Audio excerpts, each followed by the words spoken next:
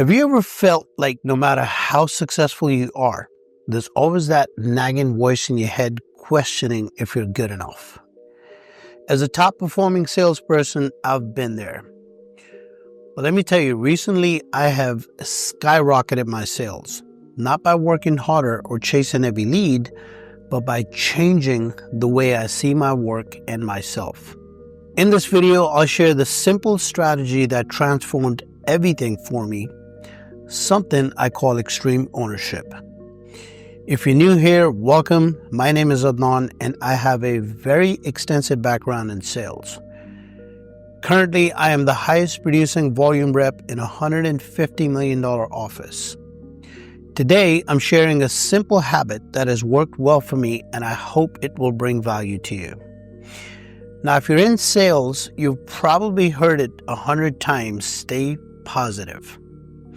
It's like a forceful practice that people push on you to be better, but no one talks about ways to naturally become more positive.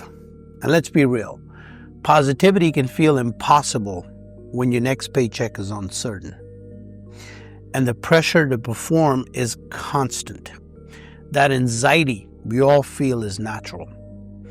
For years, I achieved success at the highest levels, but I was wired to never feel satisfied. That kind of mindset left me burnt out and chasing a finish line that never seemed to exist. But here's the thing. I realized I wasn't taking ownership, not in the way that I needed to. I wasn't focusing on the things I could control. That's when I discovered my roadmap to success. And it started with a pen, paper, and a little honesty. Now, I work in home improvement industry and I run appointments in clients' homes, where I help people make their home more beautiful and energy efficient.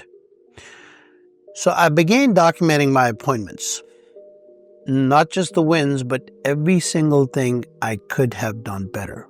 Let me give you an example. After a consultation, I'll take a few minutes to write down at least 5 things that I could improve.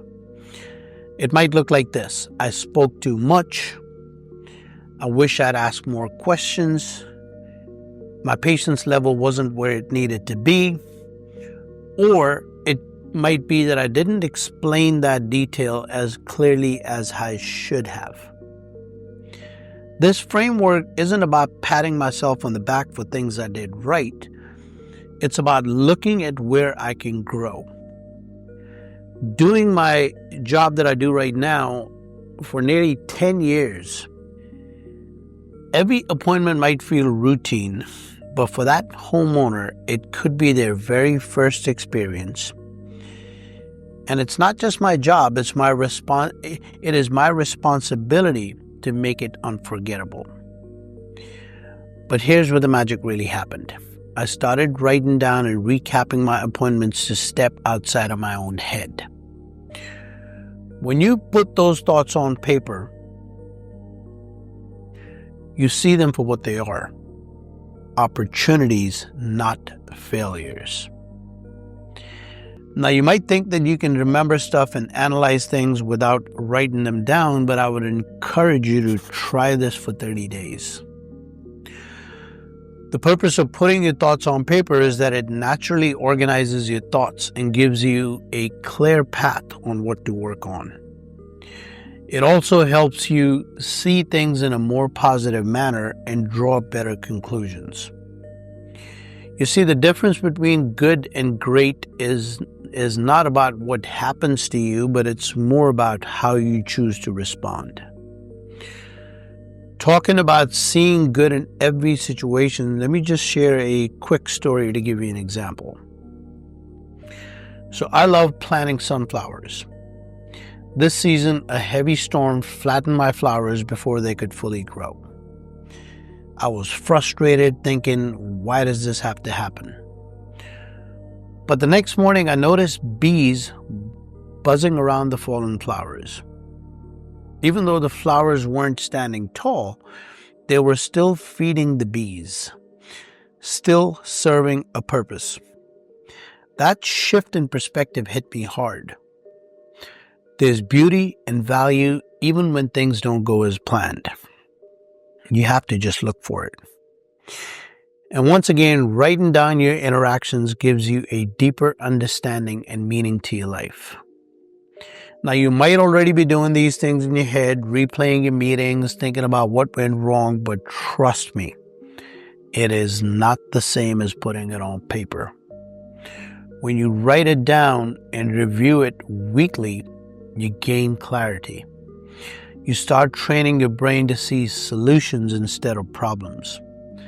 And here's the kicker. For me personally, when I mentioned extreme ownership earlier, I see myself as a leader. You don't need a title to be a leader. Even if your dog looks up to you, it's your duty to develop yourself and imagine one day someone finds your notes. They're going to see the story of a person who didn't settle for good enough, a person who was committed to excellence, one small improvement at a time. That's why this practice has nearly quadrupled my sales. It's not just about being a better worker, it's about becoming the best version of myself for my clients and being a more understanding member for my family and friends. And I know it can do wonders for you too.